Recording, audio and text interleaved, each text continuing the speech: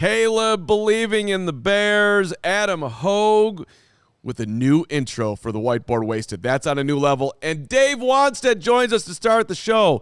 Keep it right here. By the way, Adam Jahns at 1:30. How'd I miss that? The CHGO Bears Podcast starts right now.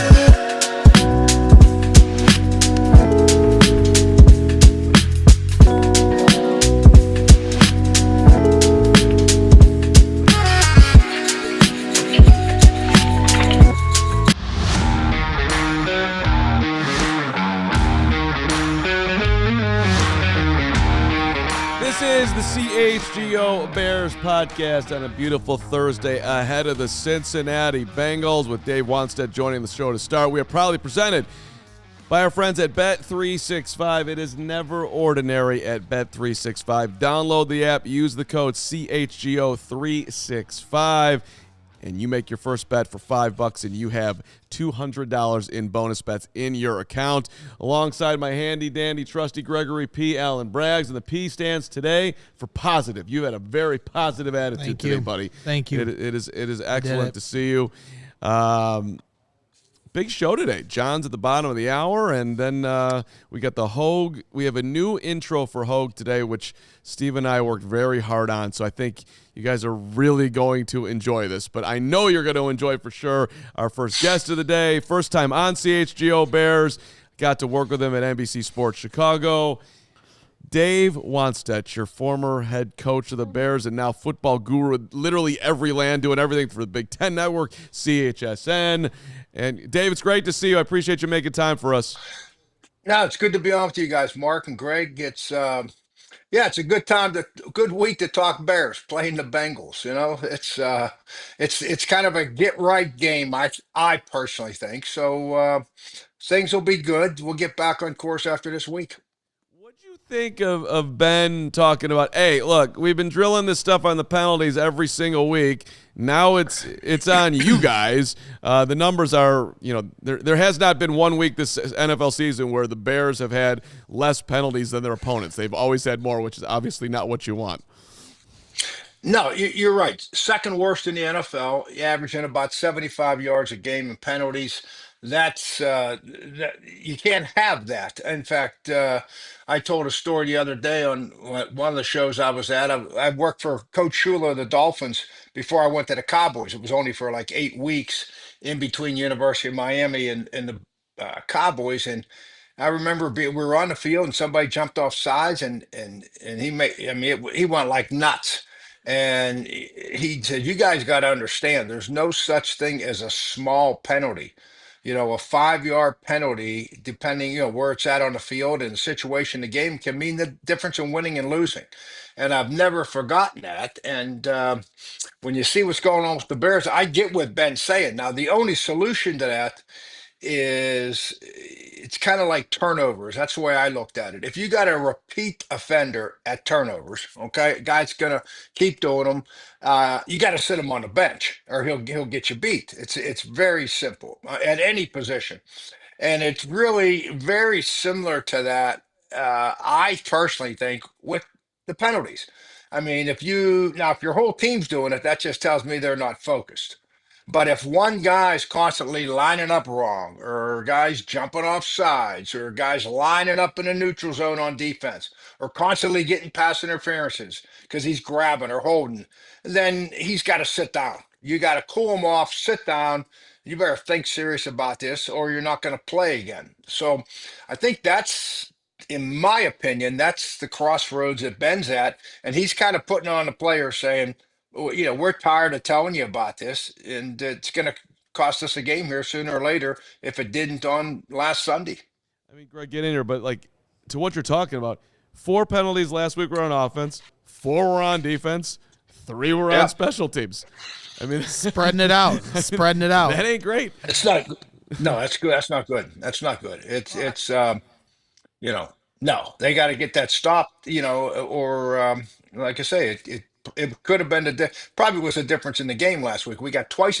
They had 6 penalties. We had 12. We lose the turnover battle and the penalty battle. Now you're fighting an uphill struggle. Well, you've been through this here in this city, and so I'm just curious what your perspective is on how Ben Johnson has done so far as a first-year head coach in trying to kind of uproot some of the problems that plagued a team that lost 10 games in a row last year and came into a city that fans have a lot of passion and high expectations. How do you think Ben has done so far? Greg, I think he's done fantastic. I really do. I'm a big fan. I've been up there to practices, during training camp. Sat down with him in his office. I know a lot of the coaches personally.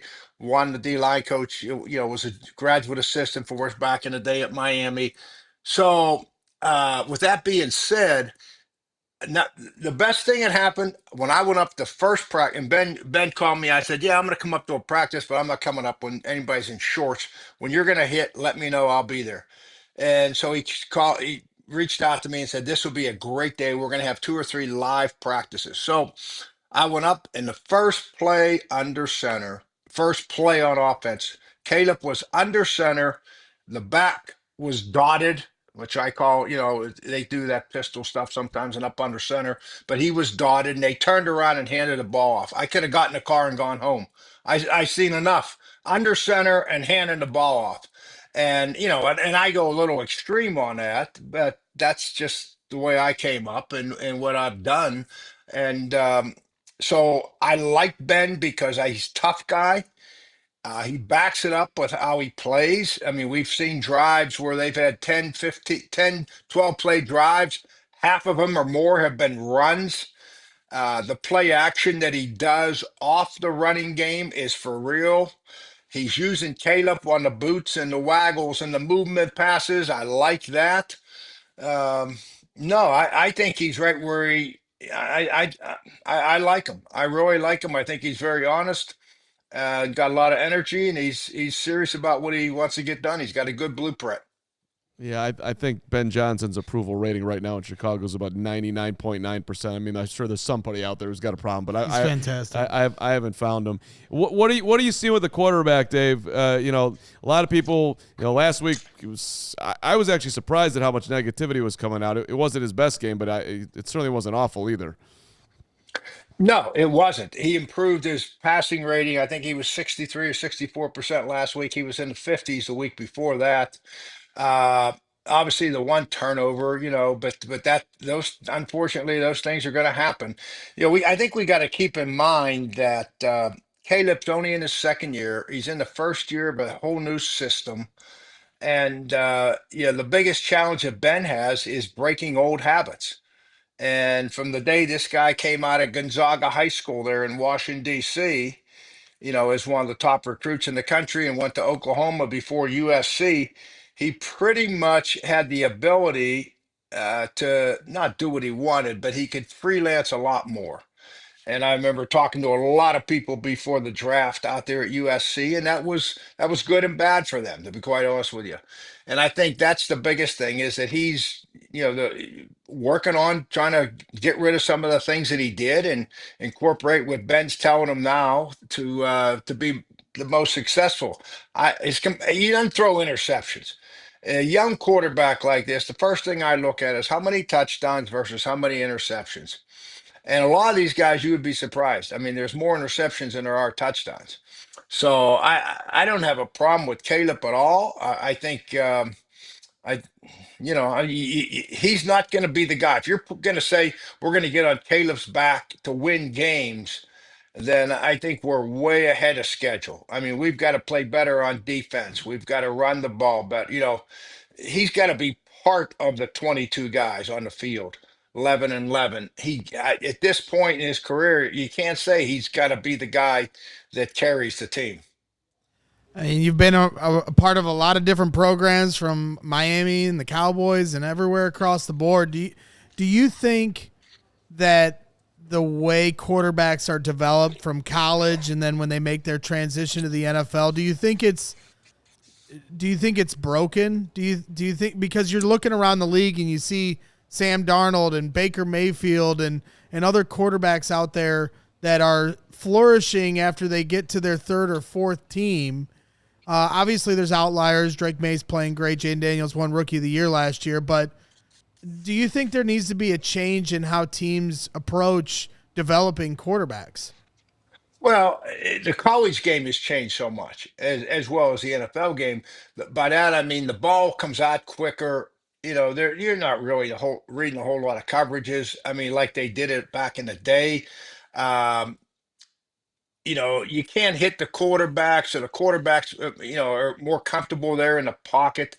The protection thing is not as big a deal as it was, if you can believe that.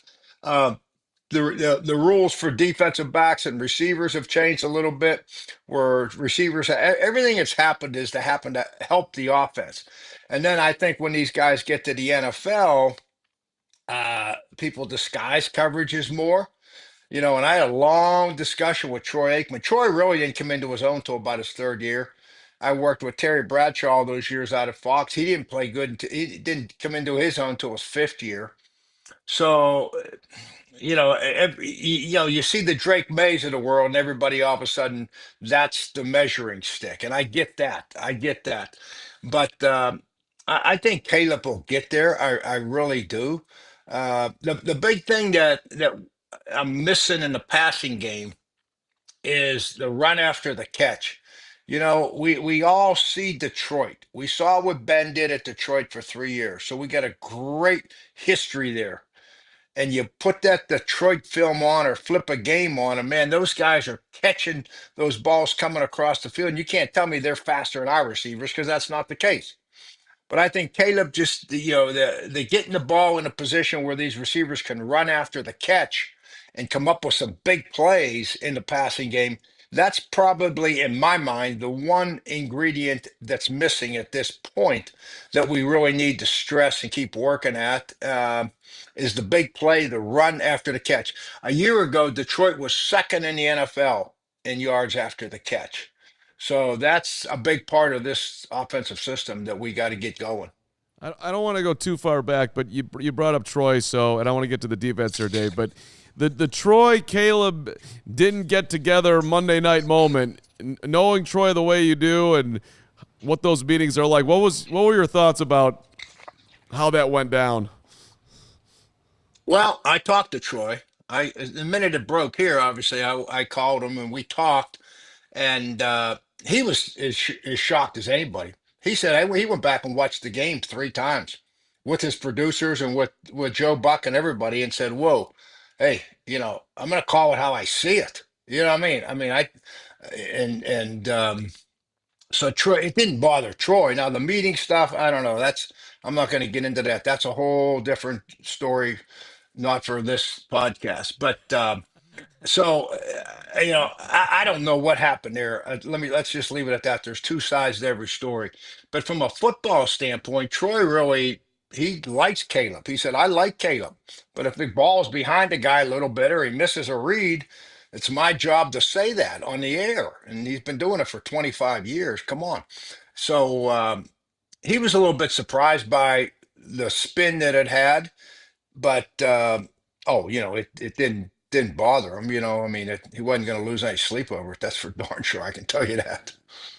Well, this is it's good for Troy that he doesn't live in Bears podcast land, because you got to watch what you say around here, Dave, which we appreciate, by the way, everybody. The passion is real. I know that. I said one thing on the score that they asked me where when I would know that Caleb had arrived. And I made the comment, I said, I was working for Fox and I did the Super Bowl when New England played Seattle in Arizona. And I was working the game for Fox. And Tom Brady threw, I think it was 6 in a row. Seattle was playing a real soft coverage on the outside. They were playing quarters coverage and they were playing soft on the corners. And I think Tom threw 4 or 5, I want to say 6, like 3-yard passes. And the receiver caught it and made another yard, and it was 2nd down and 6 or 2nd down and 5. And he just kept doing it until Pete Carroll changed the defense. But he was not going to take a shot down the field. They were trying to bait him into doing it.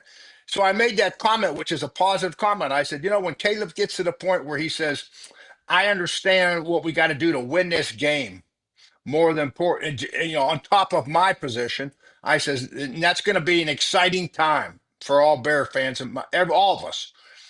And God, you would have thought, the next day on social media, people are out of their minds. You know, um, I don't know what they want you to say, but sometimes I feel like they don't want you to say the truth. Uh, yeah, no, it's a sensitive topic, which I've learned over and over and over again. So we're you got to call it as you see it. Hey, quickly, Dave, I know you got a million things going on over there, so let's wrap on what you're seeing defensively. Maybe Greg has one more for you too. But what are you seeing from Dio? And do you think there is a miracle coming where he's going to find his way to the quarterback here? And on the other side, what are you seeing from Montez? Well, overall, defensively, Dennis Allen, watching him practice, knowing what he's done for years, he's about 30% blitz, but he loves to get up there and challenge you. 5, 6 guys at the line of scrimmage, and then are they rushing 3, 4, 5, 6, 7? You don't know. Get the quarterback to hold the ball a little bit longer. Sometimes they're coming, sometimes they're not. And I tell you, our defense and Dennis Allen their hands have been tied. Jalen Johnson, Terrell Smith. People forget about Terrell Smith. When I was up there in training camp, guys, there was a real serious discussion between Stevenson and Terrell Smith. They liked them both that much. They saw them both as being starters. So Terrell Smith is out for the year. Jalen Johnson gets down. Tyler Gordon's been hurt the whole time. And now Stevenson's out. If you're going to pressure, and you guys know this, I'm not telling you anything you don't know, but if you're going to pressure, that means that you are willing, because these quarterbacks, you're not going to fool a lot of them. The experienced good ones, you're not going to trick them. Their wide receivers are going to be one-on-one with your defensive backs. And the quickest way to lose a game in this league is give up a 50 or 60-yard touchdown pass.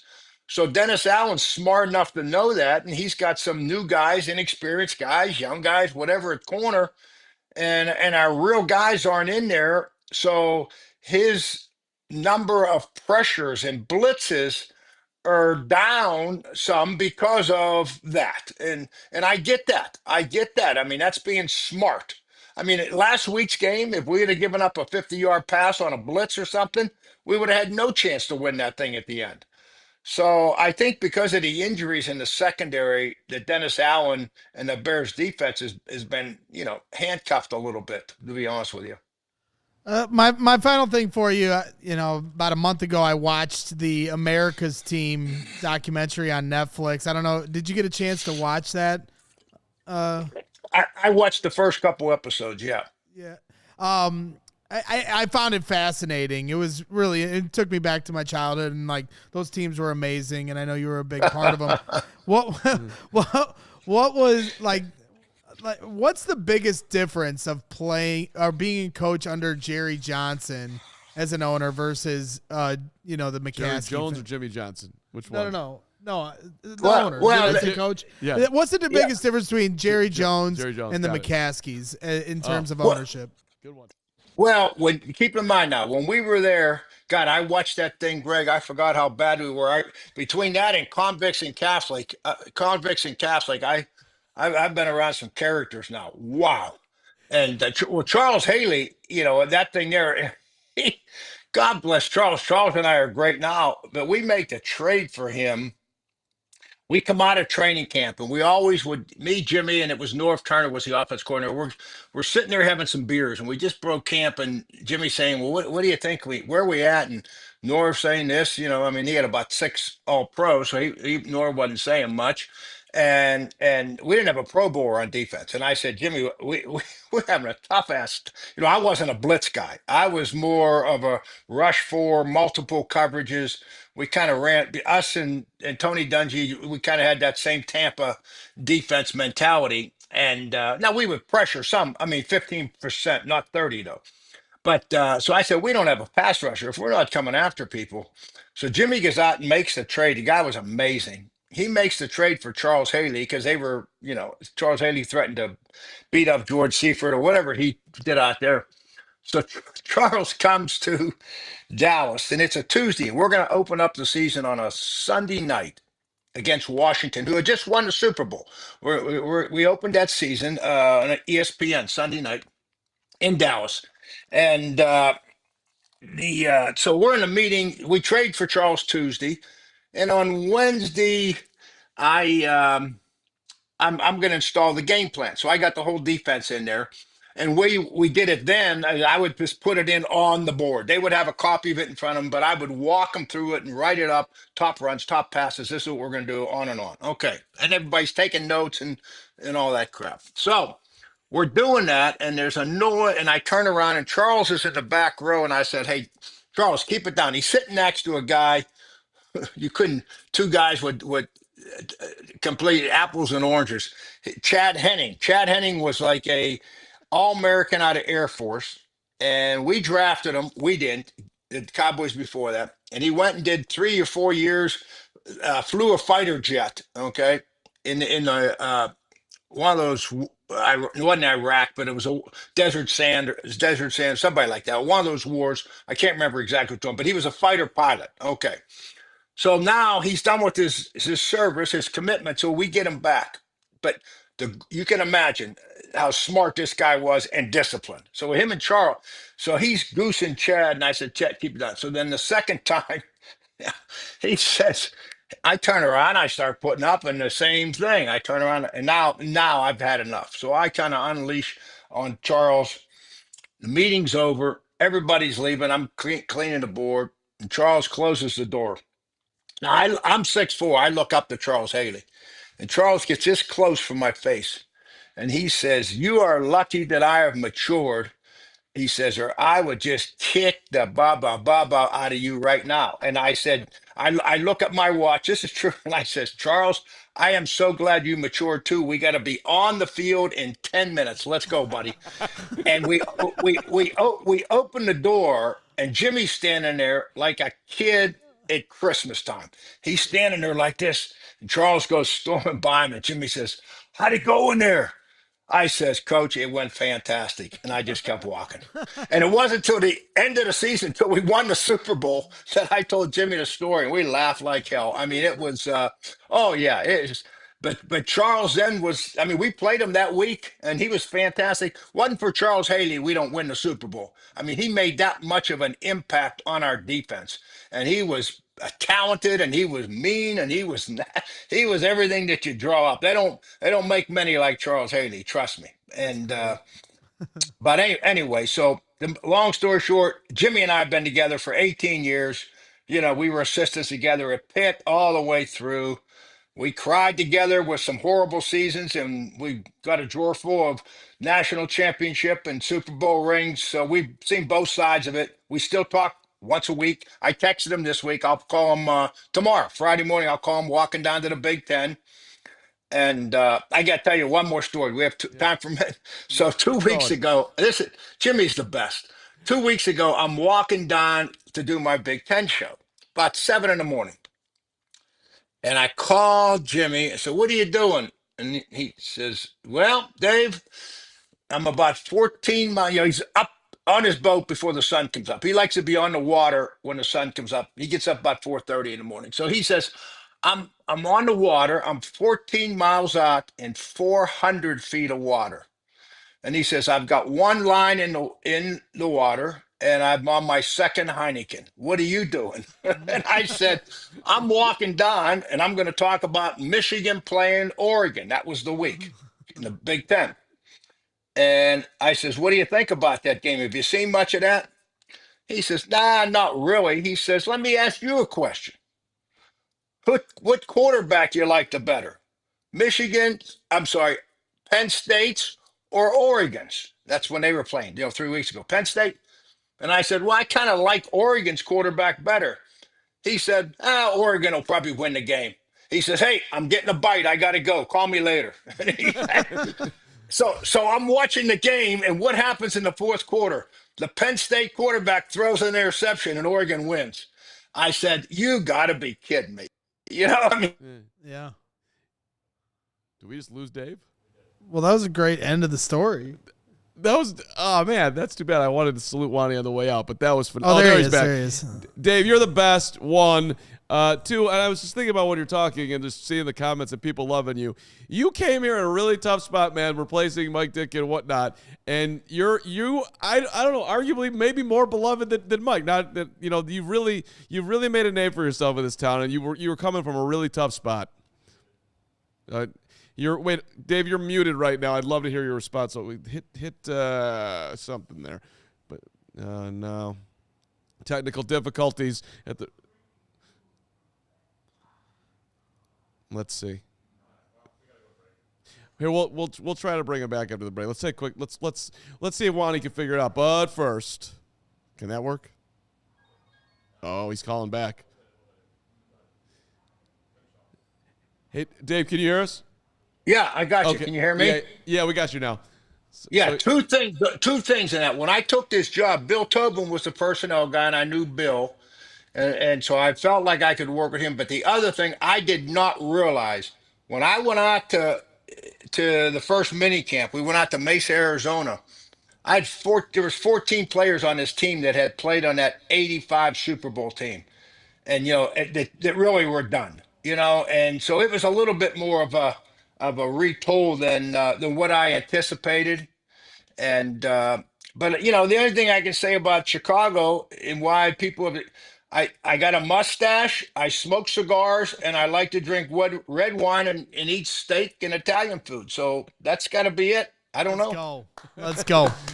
Well, hey, next time I see you, I'll pass you a cigar. I like cigars as well. So, but hey, it's been a lot of fun. I went to church back in the day with a guy that he looked just like you, and I'd always go up to him when I was a kid, and I was like, hey, you look like Dave Wannstedt, and he'd always tell me every week, every Sunday, Dave Wannstedt looks like me. Is what he'd always say. Okay. Well, that's during at my tail end of my experience here. He didn't want to look like Dave Wannstedt. I get yelled at still. I'm so happy the Bears win. Anybody thinks that I'm not happy when Caleb throws 4 touchdowns? It was 7:00 in the morning. I'm walking up to NBC to do a hit on the news. No, it was 6:00, 5:45. Walking up Michigan Avenue.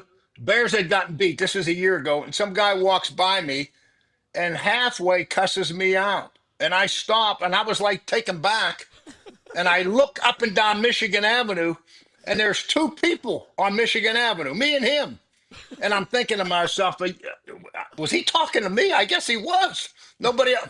And I said, wow, this guy's going in the office. It was a Monday morning.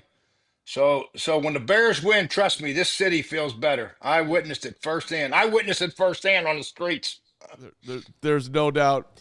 Dave, hopefully we'll do this again. I know you're a busy guy, so thanks for making time today. We appreciate it, my brother. All right, guys. See you guys. There you go. That was awesome. He's the greatest. Anyway, it was great to get to work with him, and now it's awesome to have him on today. We got a ton coming up. Jahns is up next, but first. Shout out to our friends at Bet365. Gregory, it's Thursday night. You know what that means?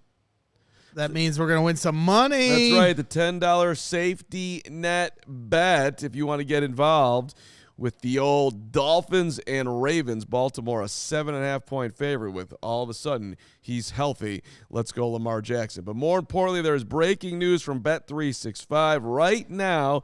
New customers, that could be you. Mm-hmm. If you sign up, you get $200 in bonus bets when you bet $5, win or lose. So you sign up, use the code CHGO365. You deposit $10. You place a bet for $5, and then $200 in bonus bets are smack dab in your account. And you can use that money on spreads, on totals, on player props, on futures, whatever you want to do. You can do it, whatever the moment. It's never ordinary at Bet365. You do have to be 21 or older. If you or someone you know has a gambling problem, crisis counseling and referral services can be accessed by calling 1-800-GAMBLER in-app only. Look, winter will be here before you know it. That's true. We're falling back on Sunday, buddy. That's right. Terrible day. You bet your sweet Bippy. And is your home's heating up for the challenge, Mark Carman? I'm not sure it is. Well, if you have a plumbing emergency, you're going to call Four Seasons. If you have an electrical emergency, you're going to call Four Seasons. And if you need a new hot water tank installed today, yeah, you're going to call Four Seasons, my friend. Now is the time to schedule your Four Seasons furnace tune-up. If you're thinking about a whole home generator, they've got you covered as well. Save up to $4,000 on furnaces and comfort systems. Four Seasons Heating, Air Conditioning, Plumbing, Electric has been serving Chicagoland for over 50 years. Your trusted local experts. So visit fourseasonsheatingcooling.com for all their special offers and money-saving coupons. That's fourseasonsheatingcooling.com. And tell them we sent you. All right, Adam Jahns coming up in a matter of moments. That was awesome with Dave Wannstedt. I appreciate him making time for the 7th time. I'm going to say that. And I also appreciate our chat. Somehow there just became a huge Bajent Caleb debate in the chat alongside Wanting. I mean, y'all need to chill. Yes. The chat needs to chill. But I love you, chat. Chat. What was that?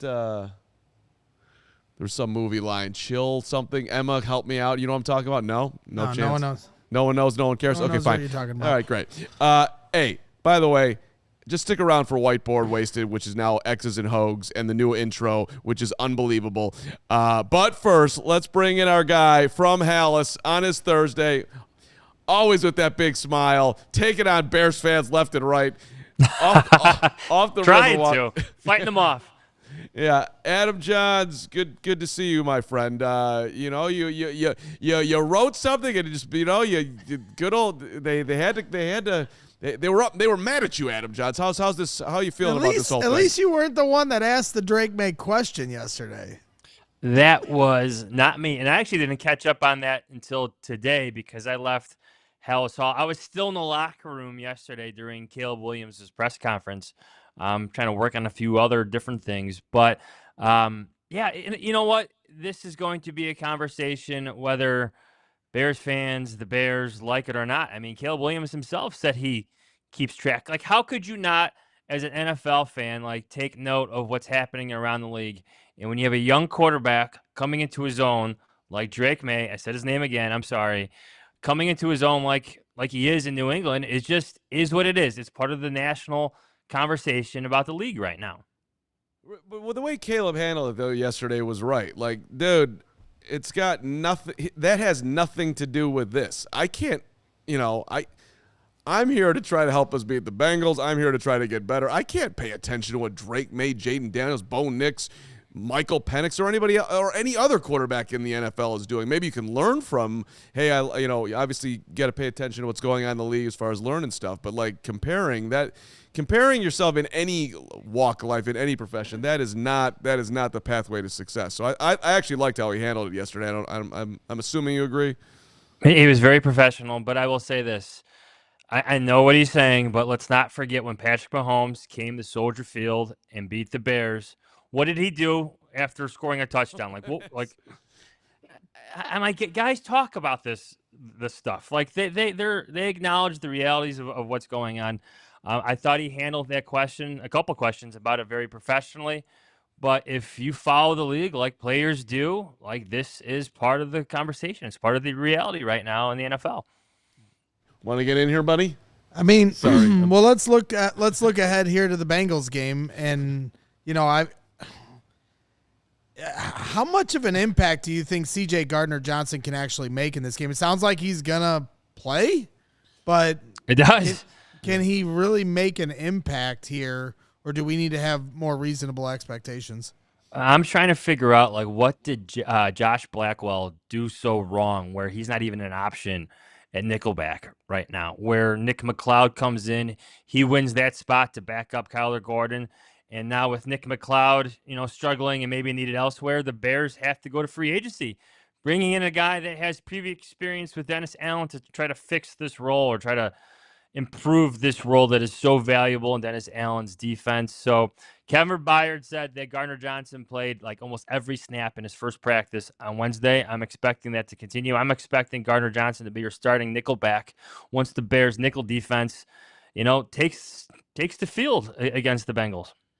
That's a great point on Josh Blackwell. And I actually just got a little bit angry here because I don't know. Josh Blackwell, to me, has always been a reliable guy when he's gotten an opportunity. And if you were going to talk about the top 5 plays of 2025. He's in there with his maybe number one, Steven's saying. I mean, he's top 5, top 3, top 1, whatever it is, with his blocked field goal that helped you beat the Raiders. So if I was him, I'd be irate that you're not giving me an opportunity to show what I could do. But I mean, obviously, I think CJ's better. You liked what DA had to say about CJ, so why don't we play that and have you react to it, Johnsy? This was Dennis Allen earlier today talking about CJ Gardner-Johnson, who he knows from the Saints, and put him in the slot there, and was probably a big time advocate in the room to bringing him to the Bears right now. So this was Dennis Allen. Yeah, look, I think that was part of the whole evaluation process that we went through. We saw a really good athlete. We saw a highly competitive player, and we felt like that was an easy fit for us back then. So he had played a little bit there. He played some safety, and we felt like at that point in time, it was kind of best to find kind of one spot for him and let him get comfortable in one spot. And he did a nice job for us. Look, I mean, I think he's a highly competitive player. I think he goes out there and competes on every single play. And so that's fully what I would expect for him to do, with us. So I think it brings a little attitude to the football team, which I think is good. Johnsy, take it from there. What'd you make of all that? I love that, because sometimes a defense needs that type of energy. It needs that type of bravado. It needs a little nasty. It does. So that right attitude, that attitude that Dennis Allen is talking about, he's expecting Gardner-Johnson to bring it. He's a pest. He's a pest. Like you talk, you relate this to like the NHL, right? Everybody hates Brad Marchand except his teammates. You love these guys when they're on your team, but you hate them when they're the opposition. And it was the same thing with Andrew Shaw with the Chicago Blackhawks. The Blackhawks loved Andrew Shaw. Everybody else who played against Andrew Shaw hated Andrew Shaw. Gardner-Johnson fills that role for the Bears defense. I think you need players like this. I think you need players that push buttons, that push the envelope a little bit, that know how to get under players' skins. This is defensive football. So to have a little more extra nasty on the defensive side of the ball, I like it. Yeah, it's a free swing. Johnsy, hang on 1 second, and we got more with Adam. But first, this episode is being brought to you by Prize Picks. You and I make decisions every day, Gregory, but That's on right. Prize Picks, being right can get you paid. Don't miss out on any of the excitement this football season on Prize Picks, where it's good to be right. More or less, that's what you do. If you're looking at tonight's game with the Dolphins and the Ravens, more or less on Lamar, more or less on Tua, more or less on Mike McDaniel being confusing. That's not on there, but bottom line, you take 2 up to 6 player projections. You show that you're right. You make money. It's a beautiful thing. Prize Picks puts their users first, so all withdrawals are fast and secure. All you got to do is download the app and use the code CHGO, and you get $50 instantly after you play your first $5 lineup. Prize Picks, it's good to be right. Download the app today. Use the code CHGO. $50 instantly after you play your first $5 lineup. Prize Picks, it's good to be right. That's right. And got to give a shout out to our friends down the street over at CHSN. That's right. The Chicago Sports Network is the official TV and streaming home of the Blackhawks, Bulls, and White Sox, broadcasting over 300 live games per year. Blackhawks and Bulls starting to take off here, and CHSN offers the all-access plan for $29.99 a month. That gives you access to all the games and programming on their network, and individual team plans go up to $19.99 per month. That gives you access to the games of the teams you love the most. You can sign up to watch CHSN at chsn.com, or you can watch via the CHSN app, which can be downloaded on Apple and Android devices, Amazon Fire TV, Roku, and Samsung TV. CHSN is also available on Xfinity, DirecTV, DirecTV Stream, and Fubo. Visit chsn.com for more details, and go Bulls. Go Blackhawks. Sox. Eh. All right.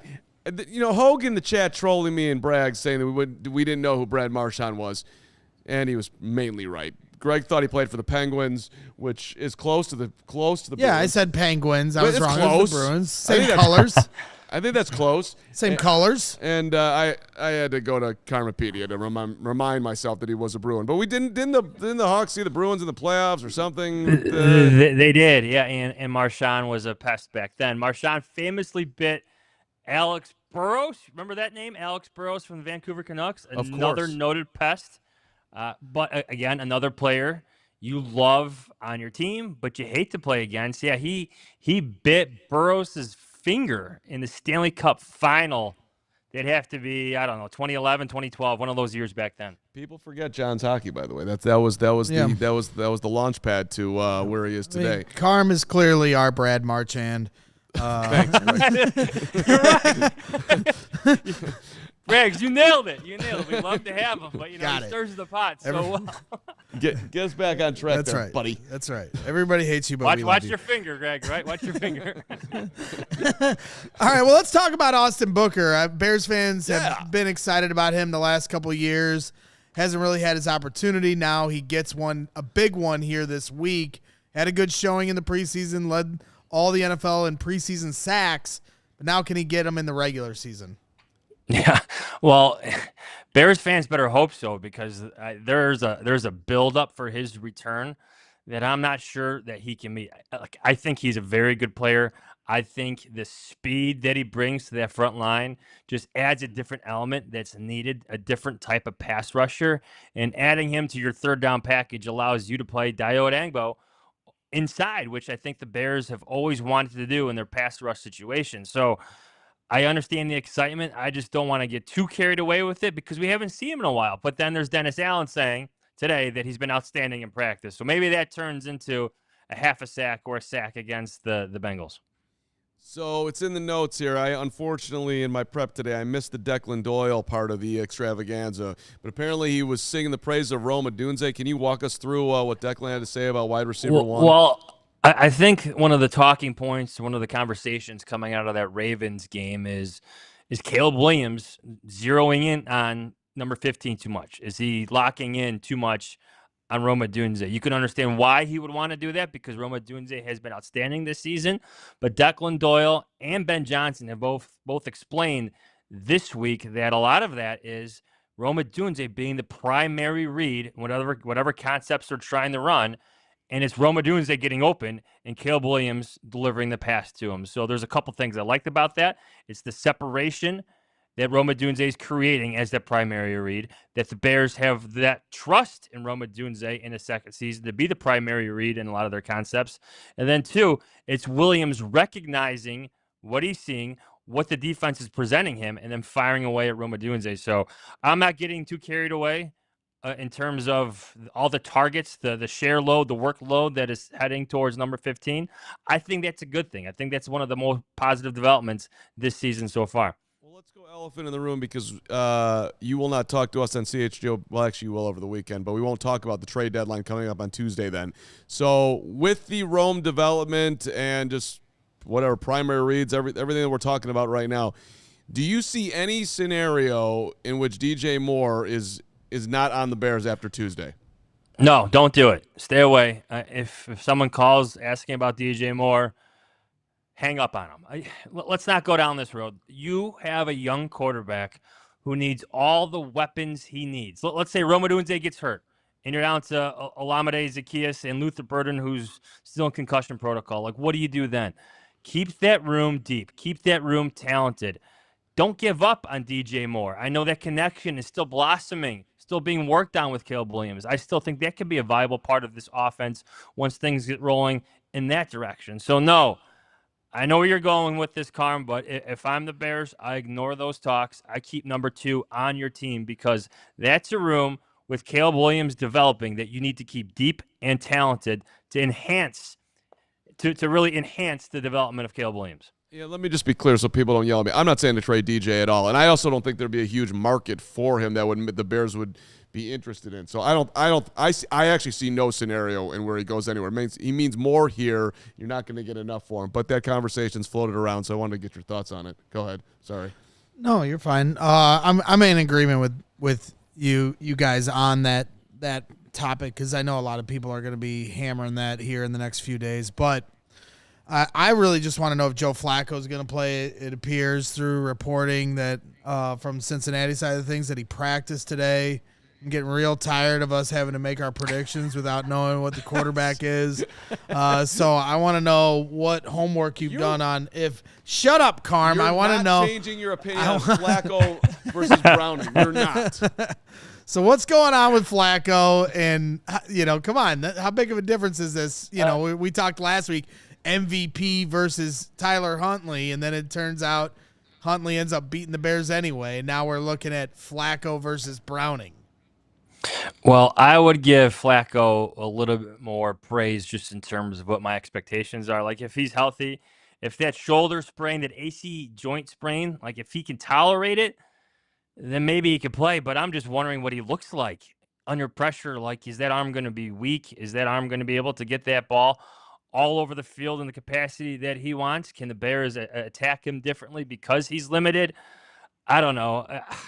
Following injury reports at this time of year when everybody's dealing with injuries can be pretty problematic, especially when you're talking about the quarterbacks. But if Flacco can go, I mean, you're going with him against the Bears because you trust him more than Jake Browning. You trust him more, to deliver that ball to your outstanding receivers consistently as opposed to the younger quarterback. So I think it'll be an interesting matchup. I do with Flacco, and you got the young quarterback in Caleb Williams. But you have to wonder how that 40-something-year-old body can withstand hits and pressure when he's not feeling 100% during the actual work week. Dude's an old dog. He can get hit. Well, at this point, it's fine.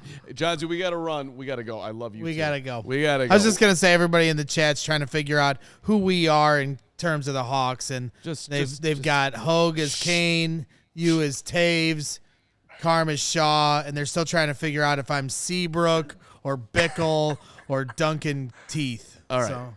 Stop talking. We have to run you off because you. Carm doesn't know how to take a break at the 15-minute mark. Bud first. See you, boys. See ya. Shout out to our friends at Mint Mobile. If you're still overpaying for wireless, which I know you are, it is time to say yes to saying no. At Mint Mobile, their favorite word is no, as in no contracts, no monthly bills, no overages, no hidden fees, no BS. Here's why I said yes, by the way, to making the switch and getting premium wireless for $15 a month. Look, the system is fantastic, and it's an unbelievable trial if you want to just switch on over. All you got to do, if you're ready to say yes to saying no, is make the switch to mintmobile.com/CHGO. And all you're going to do is give them upfront $45. That's $15 a month for 3 months. It's limited times for new customers for the first 3 months. Speeds may slow above 35 gigabytes on the unlimited plan.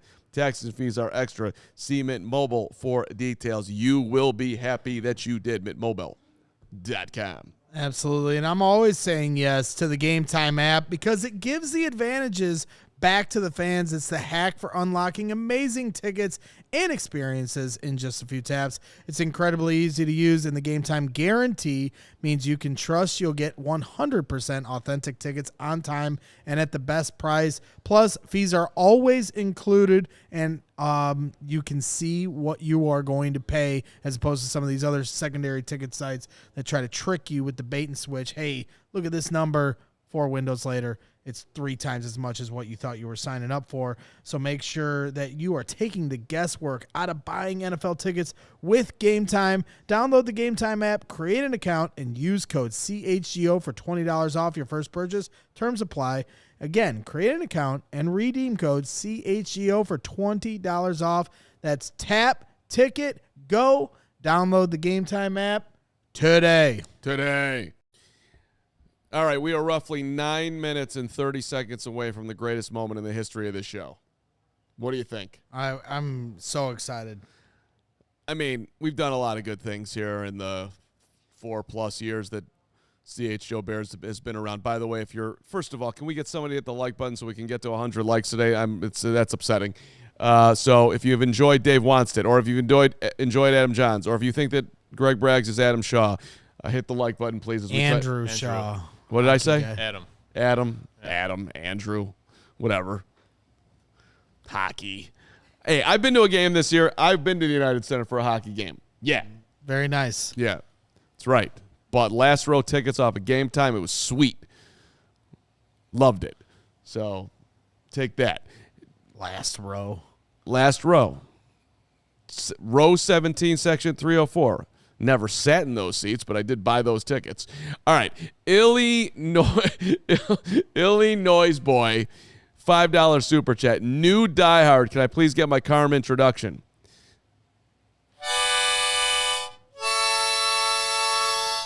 Noise boy, you make me feel so good. What? Noise boy makes me feel so good. Okay. Remember that tune? I know, just the way you said it, though. It was a little weird. Yes. It was a lot of weird. It was a lot of weird? Yeah. Noise boy, welcome. There's a lot of things I love about you, Noise boy. It's the way you announce yourself today is my number one thing. Right after an Adam Jahns on a Thursday, you wait for the prime time to come in and go big. And go big or go home. That's always been your slogan. Illinois boy, welcome to the Diehards. I look forward to talking to you in Discord. Yes, Greg. Well, he put in chat, no, when you said you make him feel so good. Well, they win some, you lose some. Hey, welcome, Illinois boy, for real. Thank you for being a diehard. It's amazing to have you and everybody else who's done it. And everybody that's done it is like, this is the greatest value in the history of podcasting, and we've had some great conversations in Discord as of late. Let's talk about Caleb Williams, Greg. Let's. I know you want to. I'm excited. So Caleb talked yesterday. Mm-hmm. Why don't you give your 5-point bulletin point on what you thought of Caleb's Wednesday press conference ahead of the Bengals? I thought we were going to play a clips. I mean, you want me to give 5 points now, which we didn't plan. You're a professional podcaster. You could give 5 points. We're going to play the clips, so I don't want to spoil my thoughts on the clip. Right, I think you said one of those thoughts was Caleb talking about sex, Well, right? I think it's probably the most underappreciated thing about what's going on this year. And the fact that Caleb Williams took 68 sacks last year and only has 12 this year, when that was the biggest problem. I don't think it honestly is being talked about enough in this city as we focus on Caleb throwing with better accuracy and understanding the pre-snap responsibilities and getting the penalties down, all that. One thing that has gotten down is the sacks, and Caleb Williams talks about that here. Great job.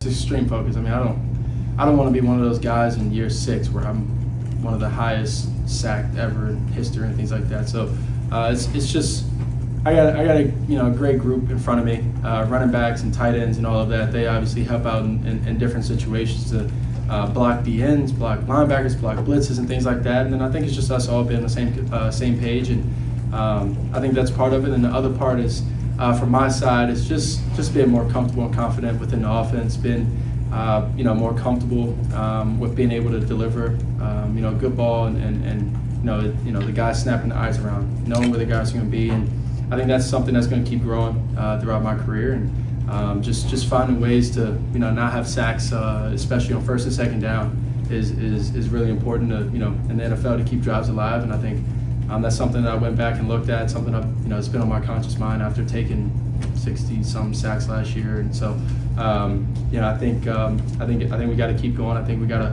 to find ways, when they do send these blitzes and things like that to, exploit these teams. But I think we've done a good job, keeping me off the ground. What I liked about that quote the most, that clip. No, I don't want to guess. I just want you to tell me. Okay, then I will tell you. I don't know what's so funny in the background, but somebody's having a good time here, and that's what I like to see. I don't know if anybody can hear someone laughing hysterically. But staying on point, dude, he cares about his legacy.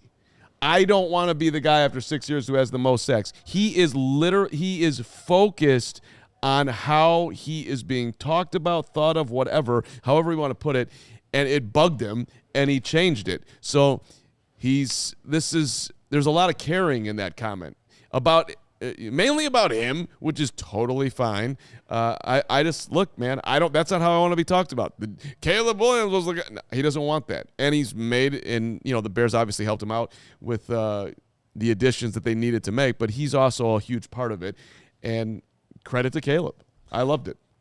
I mean, to me, when you look at David Carr, that was what he was most known for, right? Right. Was being the most sacked quarterback. And then what happens? His career, kind of goes up in flames. Also, and, getting sacked sucks, and it hurts, and I don't want to get hit. right. And the fact that he was able to get through all of that and not be injured, is also a big feather in his cap. Yeah.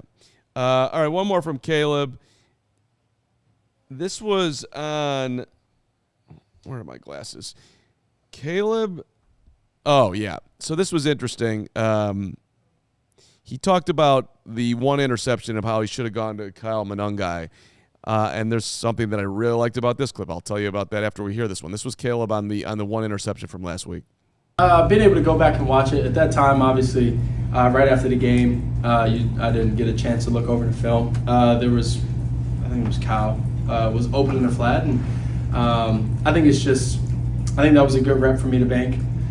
Just being able to, kind of see ahead of, where I was, throwing, and didn't see the corner fall off. I thought he was trailing DJ, I believe. I thought he was trailing DJ, and I thought I just threw a bad ball, but the corner was there.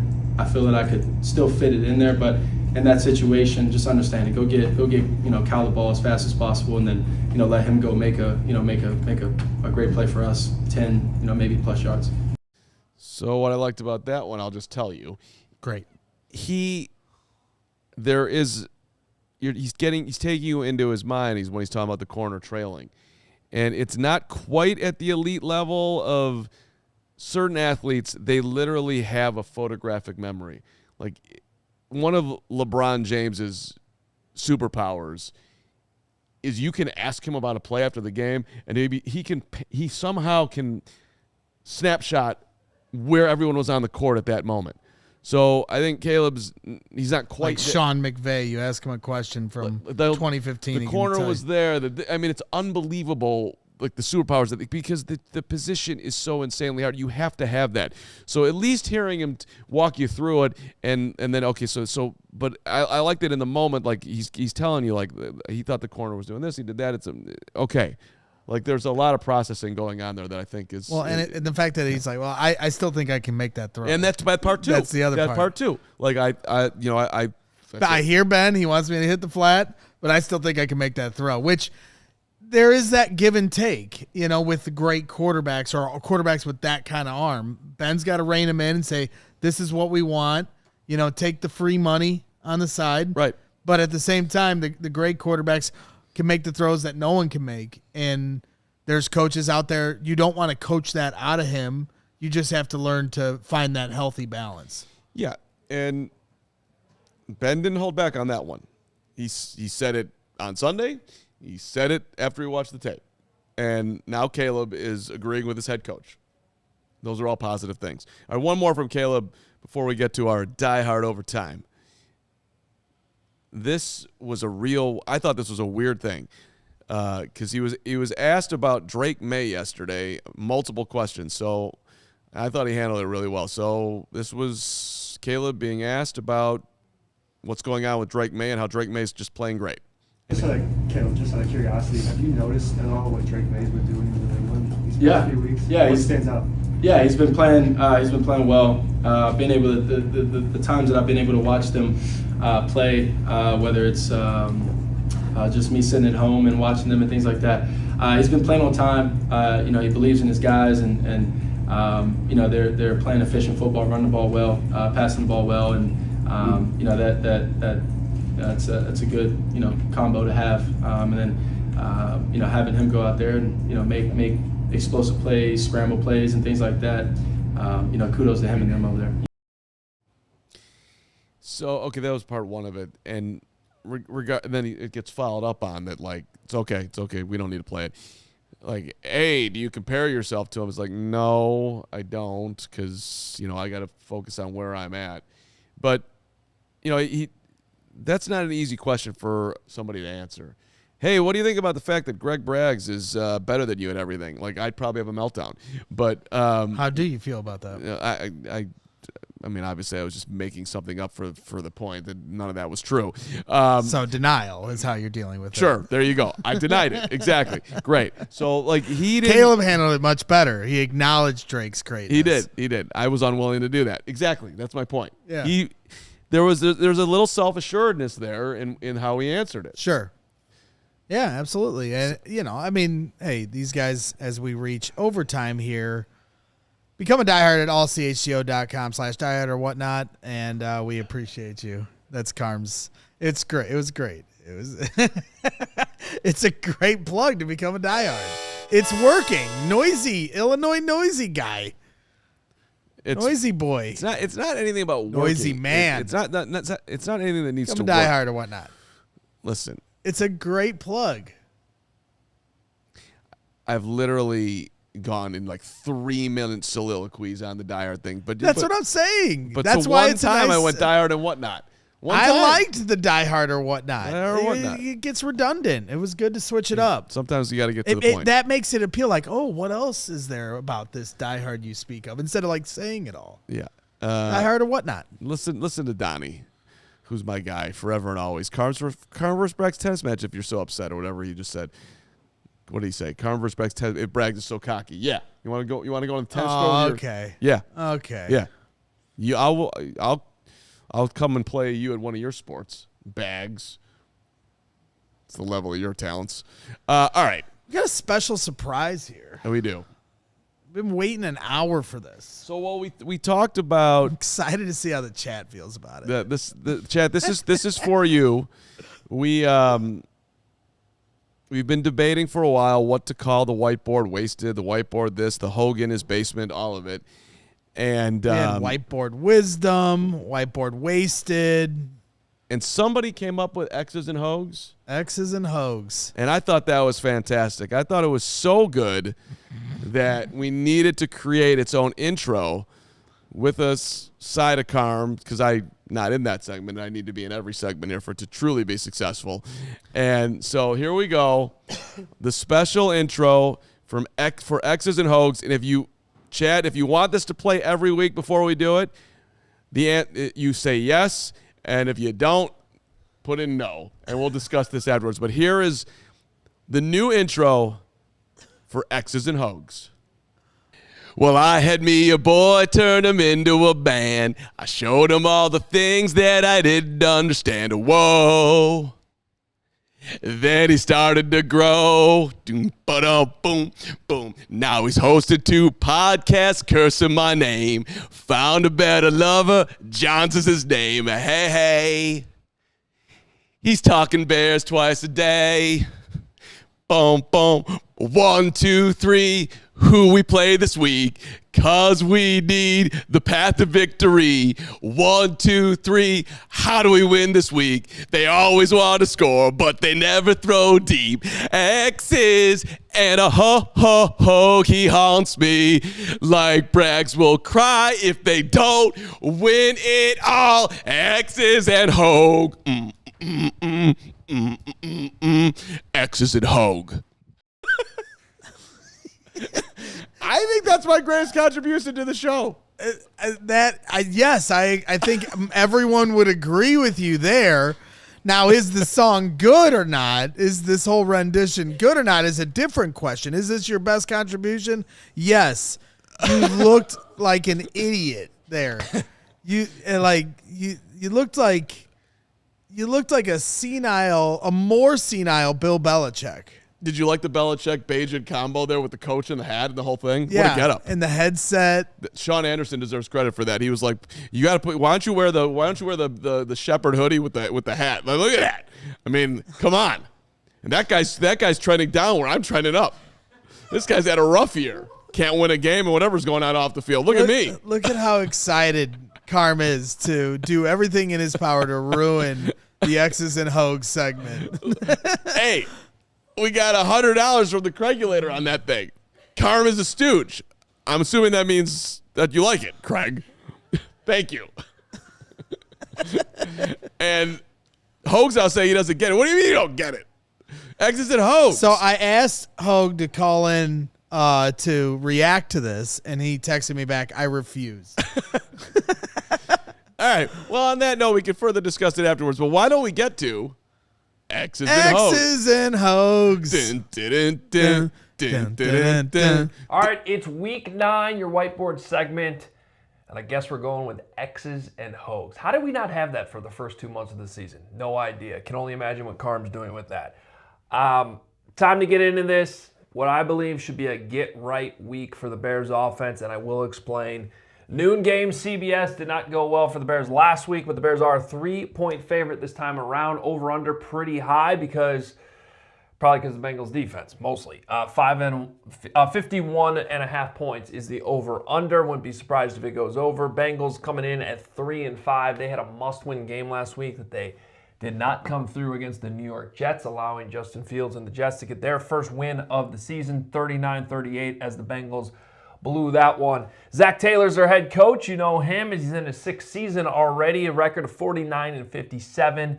And one, of course, that's heavily weighted down by the first 2 years before they got Joe Burrow. It's 4 straight winning seasons since then. Dan Pitcher's his 2nd year OC, but he's been with the Bengals for 10 years now. Al Golden, familiar name in college football, former Temple and Miami head coach, who's been kind of bouncing around the NFL in recent years. He's in his 1st year as defensive coordinators. They let go of Lou Anarumo at the end of last season. He's, of course, the Colts DC this year. Things going pretty well over there. Darren Simmons is the special teams coordinator, and he has been there. He's been their STC since 2003. Been there a long time, but he's only 52 years old, so he started young.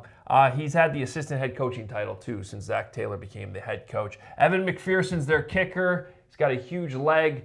At Lambeau a couple weeks ago, he had a chance to kick the NFL record and made it before they called timeout. And then when they came back out of the timeout, he was way short. So he's got a big leg. You always got to be aware of that. In terms of the EPA per play in this matchup, you're going to see a lot of red for the Bengals. Okay, 23rd offensively, 31st defensively. The Bears continue to sort of be in the middle of the road, 19th actually, both EPA per play when it comes to defense and offense. We'll start with this Bears offensive matchup. And in this game, there's a lot of injuries to sort of juggle here as we record this on Thursday. So we don't have a ton of information on these guys, but I'm going to assume for the most part with the Bears that all these guys circled in red, and there's a lot of them, basically all the skill positions. DJ Moore, Cole Kmet might be back this week after missing last week. DeAndre Swift's dealing with the groin. Olamide Zaccheaus, he got nicked up in the game last week. Rome Odunze's dealing with a heel injury. Luther Burden with a concussion. Luther's the one guy that, sitting here on Thursday, I'd be concerned misses this game. It seems like concussions at this point have been pretty much you get one, you miss a week. But the rest of these guys, I don't know. I guess I'd be surprised if any of them actually miss the game. Maybe keep an eye on DeAndre Swift a little bit there. Trey Hendrickson's the big injury, of course, on this side of the ball for the Bengals defense. He's been dealing with a hip injury, re-aggravated it last week, and if he misses it, boy, this could be a mess defensively for the Bengals because they really need him. Even with him, it's not that great of a unit. I should have also mentioned that the three additions in the offseason for the Bengals, 2 of them on defense. All 3 of these guys, former Packers. You might remember TJ Slayton in a defensive tackle. Oren Burks as a backup linebacker, but they have 2 rookies that they start right now at linebacker. And Lucas Patrick, our old friend, is a backup on the offensive line for the Bengals. They lost Alex Kappa and Sheldon Rankins in the offseason. But as we go into this, I just want to do a quick update on the Bears' offensive identity as it stands kind of the midpoint of the season.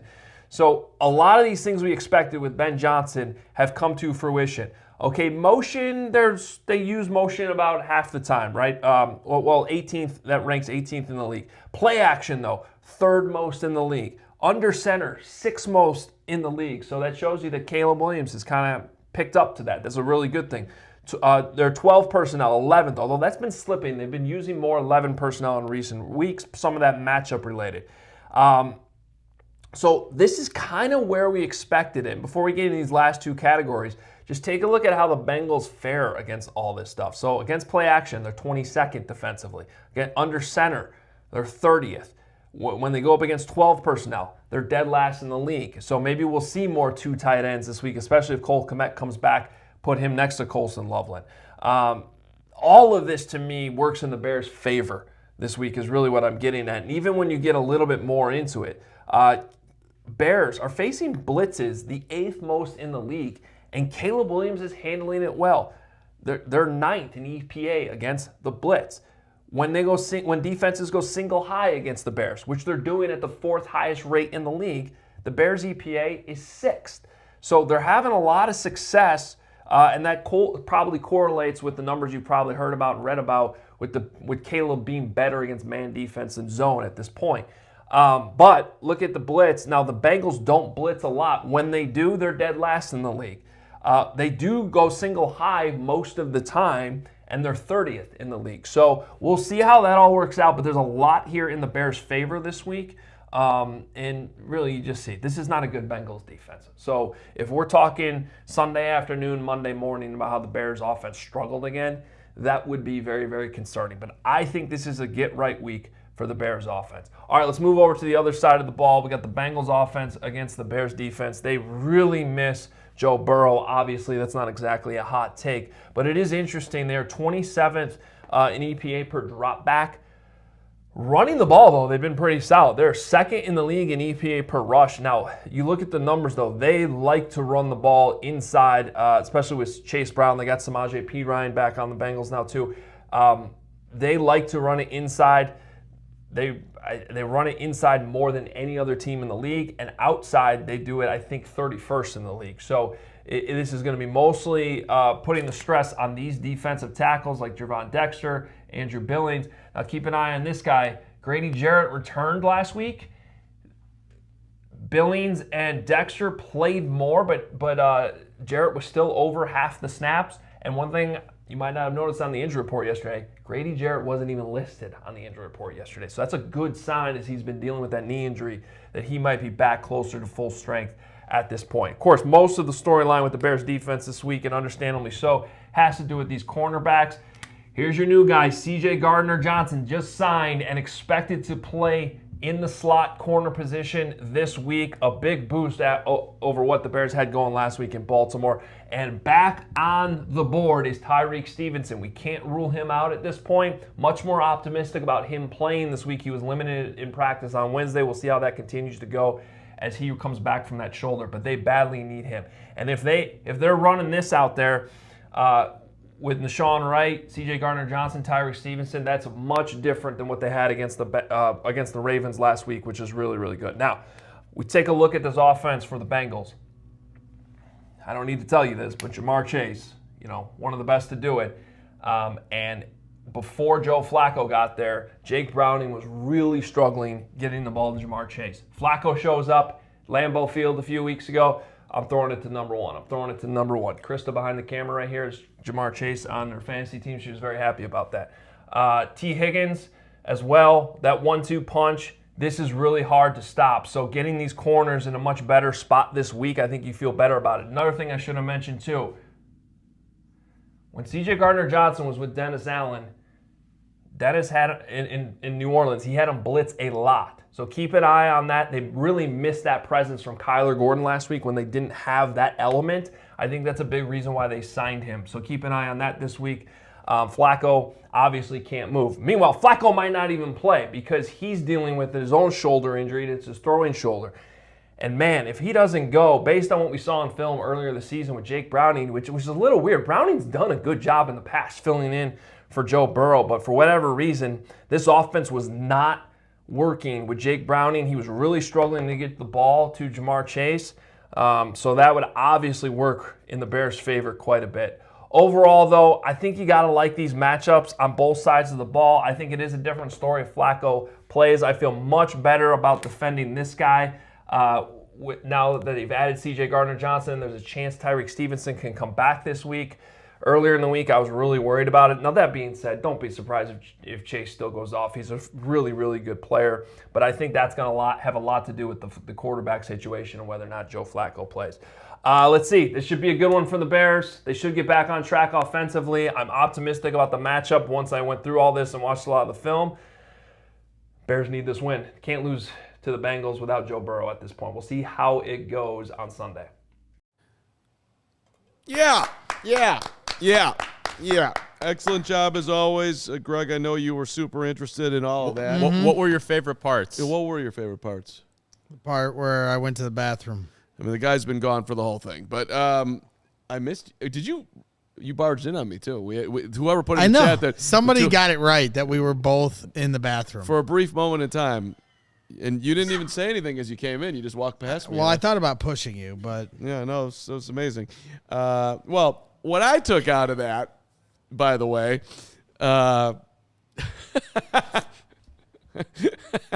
good job by Steven. I'm now getting what's going on here. Yeah. Yes, well, it's been a long show, and I've been trying to rehydrate. Been dealing with a deficit over here. don't judge us, okay? Yeah, well, that I was was here the first time whole you've ever time. I done could that. judge You whatever never I do want. that. So was Emma. The Bears are one of the notes that I got after I returned. Braxton never returned. After I returned, under center, sixth most in the NFL. I did not know that. Did you know that? I did not know that. That was a good Hoge nugget right there. Also, I like that he's been so good against the blitz after taking 68 sacks last year. He's Yep. actually been better against the blitz. Yeah. I also didn't know the Bengals defense against a team running a quarterback under center is 30th in the NFL. So and as you know, as Hoge put it, this is a get right week for the Bears offense. And then, that Bengals defense up, he mentioned Trey Hendrickson and how much of a factor that is going to be. I got to the Bears injury report just came out. Who's calling in? Oh, here we go. Oh, no. Here we go. Here comes Daddy. Here comes Hoge Dad. is our daddy. Here comes Dad. Hey, Dad. You guys rang? I thought you Did called want us. Did you want to hear the X's and Hoge song again? Is that what you called in for? Well, Greg's been begging me for 30 minutes to come on the show, so I just wanted to know what you guys want. Well, we wanted to hear your thoughts on soon to be Don't say we. I was letting Hoge do his thing. Grammy Award winning song. Yeah, what'd you No, think? I mean, look, I thought that the disrespect level for this segment had already reached high enough levels where it's being shelved to an hour and 10 minutes into the show. It's barely being mentioned on the tweet when the tweet goes out. There's 900 guests. All I will say, the guest lineup today was very phenomenal, so I would not have expected it to be earlier. But the only other thing it really needed was a ridiculous, horrible song to go in front of it to further delay the segment from airing. I will tell our audience, because I love and appreciate them, that in future weeks, Steven, because he's such a great producer, post it separately on our YouTube channel. So if you would not like to sit through, an hour and 10 minutes of nonsense before the information on the Cincinnati Bengals airs, you can always just click on the separate version, and that's always an option for you.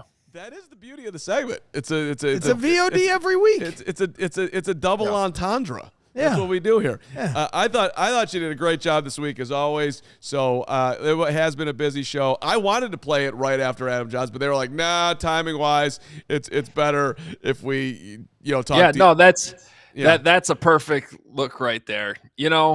It's pretty soon Krista Hoge's going to be co-hosting the show with me, because she's sitting there filming it. She gets all the information, unlike you just run to the bathroom. Well, I ran back. I got it. And then last week I took exquisite notes. This week's I had notes. I at least went to the bathroom and didn't take pictures while I was in there. Unlike Carman. That's a step in the right direction. Yeah. Hey, since you are here, Hoge, the Bears put out their injury report today, and it's interesting. The best thing on it, by the way, Bears fans, you should be excited. Tyreek Stevenson, who was limited on Wednesday with the shoulder injury, practiced in full today. That's huge. Your limiteds are Cole Kmet, DJ Moore, Rome Odunze, and Olamide Zaccheaus. And your DNPs, Joe Tooney, DeAndre Swift, Dominic Robinson, Roshan Johnson, Luther Burden. And as if you were watching the X's and Hoges, you don't think the Burden's going to play, but you did at least question whether or not Swift will be out there, and he didn't practice again today. That would be a major thing if DeAndre Swift doesn't play. But this groin injury's been around for a while, and it's not going to get. You got to give it some rest at some point. I don't think they'll do it this week, but maybe they have no choice. Yeah, I mean, look, my instincts, I guess, during that segment were, were pretty good because I was thinking with those wide receivers, that wasn't a big deal that they didn't practice yesterday. Swift, because he's been dealing with this thing, and you could tell it was kind of hindering him in that game on Sunday. That kind of felt like one that might linger. Now, if I remember right, I feel like a couple weeks ago he missed the first 2 days of practice, came back Friday, and then ended up playing on Sunday. So I wouldn't rule him out yet. And very good to see Tyreek Stevenson back in full. I put him back on the whiteboard today thinking there was a chance he could come back, but now that I see he's practicing in full, and I had eyes on him earlier when practice was open to us, and he looked fine. Now, granted, it's his shoulder, so obviously he's going to run okay, but that's a very, very good sign. Cole Kmet back in the run game, and we'll just have to keep looking at DeAndre Swift over the next couple of days, but maybe fantasy football players out there might want to run and go pick up Kyle Monunga if they're in a pinch. And you'd like to talk about Amin Agbangbamiga being back at full? No. No, you wouldn't? Okay. Well, Garvin? How'd Garvin look out there? What about – did Garvin – have you seen Garvin? I've not I've not seen a Garvin or a navigational app either. Yeah. Maybe I'll do a pregame Garvin tomorrow in the old Friday locker room. Or not. Why were you wearing a headset and a Belichick cutoff hoodie? I just don't get it. Well, because it's like a coaching segment, and you can't duplicate that look. Look at that thing. No, you definitely cannot duplicate your look. I mean, look, Hoge, look at how excited your segment makes me. Do you understand how rare it is that, everyone's like, I need Carm's energy. My energy is not normally like this. It's because of Hoge's segment. My only time I get that level of energy is when I want to kill Greg, and that's not good for anyone. Jenny. There was in classic me fashion, I'm forgetting the person's name, but there was somebody that came up to the Hoge and Jahns event on Tuesday night that just very passionately wanted my ear to be like, I just want you to know, I really like Carm. I think he's super important to the show. Like, you guys cannot get rid of him. Like, I think he was genuinely worried that we were going to fire you. Hey, it's my spirit animal. Thank you. He should be. Glad you were out there fighting. Not because we're going to get rid of him. It's because I'm going to kill him one day. Or one of us, really. It could be any of us at any point. I mean, if that's how it ends, that one day I walk down the alley and it just, it doesn't work out for me because Greg has had enough. I think my legacy would be strong at that level. All right, back on track for real. Next week, Hoge, me and Carm are going to pay super ultra attention to X's and Hoges. We're going to battle. We had a lot going on, and then bathroom breaks needed to be had. No, we didn't. It's too bad, Greg, because you would have really enjoyed this one because I ended this whole thing. I watched the VOD later. I'm sure you do for the show. That's good. But had you watched it, everybody who did watch it's all optimistic. I am feeling very good about this Bears matchup this weekend. That's how I was going to wrap it up. It sounds like you and I think yours truly and you, Carmonica. I think we're all picking the Bears. Steven, you picking the Bears? I am picking the Bears. Everyone's picking the Bears. I guess. I'm not doing the quarterback thing like last week. Yeah. I'm too superstitious, so I can't do it this week. I think we're all picking the Bears. Right. I reserve the right to change between now and tomorrow at noon, but I think I'm picking the Bears. All right, get out of here. Thank you. Great stuff. Yeah, I was going to say, if the injury report's out and I'm locked in this room, there's a good chance the locker room already open, so I better get out of here and run over there. All right. Good hearing from you. Locker room. Bye, guys. Good show. I enjoyed Wani. Jahns, too. It's fine. It was a fun one today, as it always is. Damn it, except for one of the shows this week where I was not proud of myself, but I quickly got over it because I'm amazing. Yeah. Thank you, Emma. All right, 3 out of 4 ain't bad. Yeah.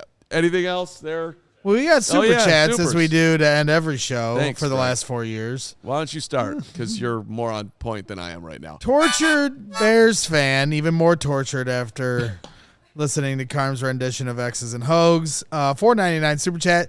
Today, the Bears, Bulls, and Blackhawks if you don't count OT losses as a full loss, have a winning record. When is the last time this has happened? I think I saw a stat on Twitter. Yeah, it was like 2010 was like the last time. Somebody put it on Twitter a few days ago after the Bulls won one game that they were like, all the teams just got a winning record. Well, it is late enough in the show that we can throw a little profanity in there. I mean, we've been in the shitter forever. It's been absolute torture, and the fact that we're starting to rise, it's awesome. It's unbelievable. I'm listening to CHGO Bulls coming home last night. They're having the greatest time ever at 4-0. The Hawks are winning games. Dard looks like the guy. I mean, it's like, thank you. Cubs went to the playoffs. I mean, we're on it. We're finally on a trend up. What is this feeling we are having right now? It's great. Joseph San Giovanni, $10 super cheddar Swiss francs. Cheddar francs. I hope, regardless who plays quarterback, that we bring the heat and play press. Make whoever throw quicker than they would like and help the secondary out. I'm with you, and I think the emergence of Tyreek Stevenson on the practice field is certainly going to help that. Maybe a little bit of could we get a CJ? Maybe a CJ blitz. Hey, I thought Montez Sweat trending up, at least according to Ben Johnson earlier in the week. Yeah, one more $10 from Crystal, who came to Crystal drove. It's about an hour from the land of Crystal to get to Evanston, and she did that for Northwestern. The land of Crystal. The land of Crystal. She went an hour for a Northwestern exhibition. Sounds bucket. like the land of Crystal. Never mind. I was gonna make a meth head joke. Okay. The super chat says this. I'm sorry. Hey guys, great show. Loved having Coach on. We did. That was awesome. Also for fans, don't bully my guys, or I'm gonna have to come for you. I don't know what that emoji is, but love you all.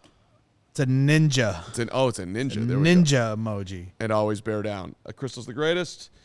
We appreciate it. And don't. That's right. You come for us, you're gonna have to deal with Crystal, and that's not gonna be good for you. And Craigulator 1 gifting 10 CHGO Sports memberships. It's time for the Craigulator. It's time for the Craigulator. It's time for the Craigulator. It's time for the Craigulator. Thank you, Craigulator. That's very nice of you. Sorry, Crystal, for the meth joke. Yeah, that was fantastic. Way to go. He said the land of Crystal, or whatever he said. All right. Well, don't do meth. It's a bad choice. And, have a Michelob Ultra. They're sponsoring us right now. That's a better choice if you want a little extra in your day. Don't do meth. There it is. Everyone, tune in on Sunday for the pre- and post-game show. Make sure you watch Hoges' X's and Hoges VOD. That'll be posted probably tomorrow on the timeline. Hoge and Jahns will also have a show tomorrow. Hoge and Jahns tomorrow. I'll be in the locker room tomorrow. And most importantly, don't do meth. All right. Have a great day. Brick by brick tonight. Oh, yeah, that's right. You're on that, Braggs. Brick by brick. Which is its not own a brick form of meth. The Brick by Brick podcast comes up at 6 p.m. Central. Better. It's a great episode. Great episode. Jerry and Lance, we take a trip back down memory lane. Some great stories, including one about Calvin Johnson. You won't want to miss it. And we'll give you your blueprint how to beat the Bengals, which is way better than the X's and Hoges of how to beat the Bengals. Pokemon Prophet, that's a good one. I was going to, but now I'm not. Thank you. That's funny. That's funny, Pokemon. See? We're saving people. Saving lives. One chatter at a time. See you Sunday. All city like the mayor.